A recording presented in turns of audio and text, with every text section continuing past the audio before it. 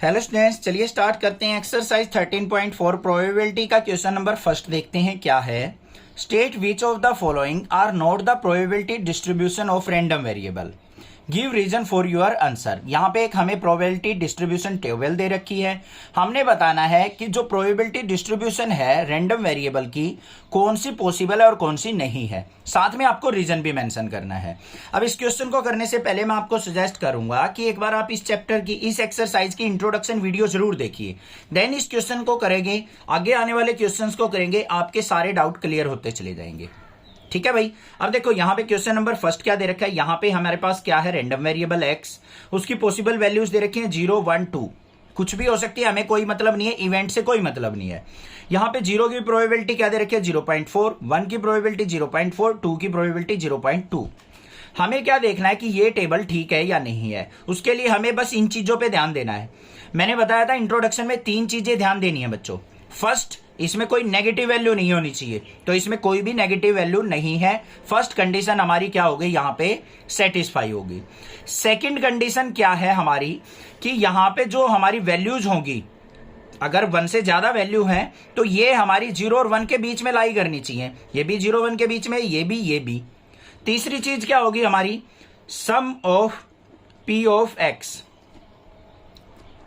P x i ले लेंगे। X आई का मतलब क्या है, तीनों वैल्यू, जितनी भी पॉसिबल वैल्यूज हो, इनका सम देख लो बच्चों। यहाँ पे ये क्या है 0.4 प्लस में 0.4 प्लस में 0.2, कितना आएगा, ये सम आएगा मेरे पास 1। तो यहाँ पे रीजन लिख देंगे हम, sum of probability is 1, so it's possible.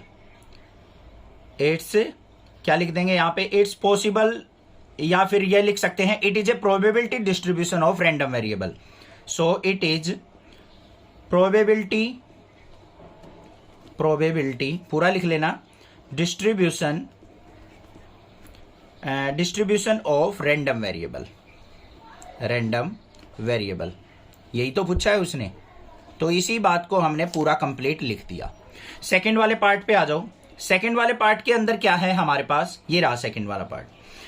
x 0, 1, 2, 3, 4, बहुत सारे इवेंट दे रखे हैं। इसकी प्रोबेबिलिटी आ जाओ क्या दे रखी है, 0.1, 0.5, 0.2, 0.1, 0.3।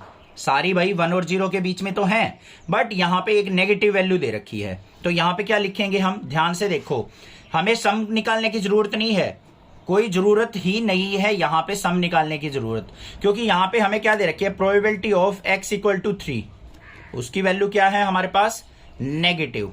सो it's not probability distribution of random variable.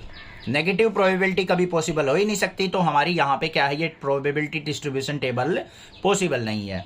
Third वाले पार्ट पे आ जाओ बच्चों। थर्ड वाले में क्या दे रखा है हमें, y हमें दे रखा है -1, 0, 1। ये तो हमारी रैंडम वेरिएबल की वैल्यू है, ये नेगेटिव पॉजिटिव कुछ भी हो सकती है, हमें इससे कोई मतलब नहीं है। हमें प्रोबेबिलिटी देखनी है। प्रोबेबिलिटी हमारे पास क्या है, कोई भी वैल्यू हमारी नेगेटिव नहीं है, सारी वैल्यू 0 और 1 के बीच में है। इसका सम देख लो, sigma probability of y i equal to 0.6 plus में 0.1 प्लस में 0.2, ये किसके इक्वल आ गया हमारा 0.9। आना कितना चाहिए, टोटल प्रोबेबिलिटी का सम 1 होना चाहिए, तो ये 1 नहीं है, तो not equal to 1। So it's not probability distribution of random variable, ये लिख देंगे। क्लियर हो गया ना। फोर्थ पार्ट पे आ जाओ। बेसिक चीजें हैं ये, 1 नंबर में क्वेश्चन आ जाता है ऐसे। यहां पे दे रखे हैं हमें, यहां पे z रैंडम वेरिएबल दे रखे हैं 3, 2, 1, 0, -1। ऊपर की वैल्यू नहीं देखनी हमें, ये देखनी है। यहां पे हमें क्या देखना है, इनका सम देखना है टोटल। तो sigma probability of Z I equal to 0.3 plus में 0.2 प्लस में 0.4 प्लस में 0.1 प्लस में 0.05। इन सभी का अगर मैं सम करता हूं तो 1.05 आ जाएगा मेरे पास। आ रहा है या नहीं आ रहा है 1.05। तो ये क्या हो गया हमारा, ग्रेटर देन 1 हो गया, मतलब 1.05 नॉट इक्वल टू 1 है। ठीक है, यहां पे लिख भी देना 0.9 लेस देन 1 है, होना क्या चाहिए, इक्वल होना चाहिए। तो यहां पे भी क्या लिख देंगे हम, सो it's not probability distribution of random variable. ये हमारा सॉल्यूशन हो गया क्वेश्चन नंबर फर्स्ट का। क्लियर हो गया होगा, बेसिक कंसेप्ट समझ में आ गया होगा। क्या होना चाहिए, 3 ही पॉइंट है, प्रोबेबिलिटी नेगेटिव नहीं होनी चाहिए, सम जो है 1 आना चाहिए, और कोई भी जो प्रोबेबिलिटी की वैल्यू है ग्रेटर देन 1 या लेस देन 0 नहीं होनी चाहिए। चैनल को सब्सक्राइब करना, लाइक करना और ज्यादा से ज्यादा शेयर करना। Thank you students for watching next classes video.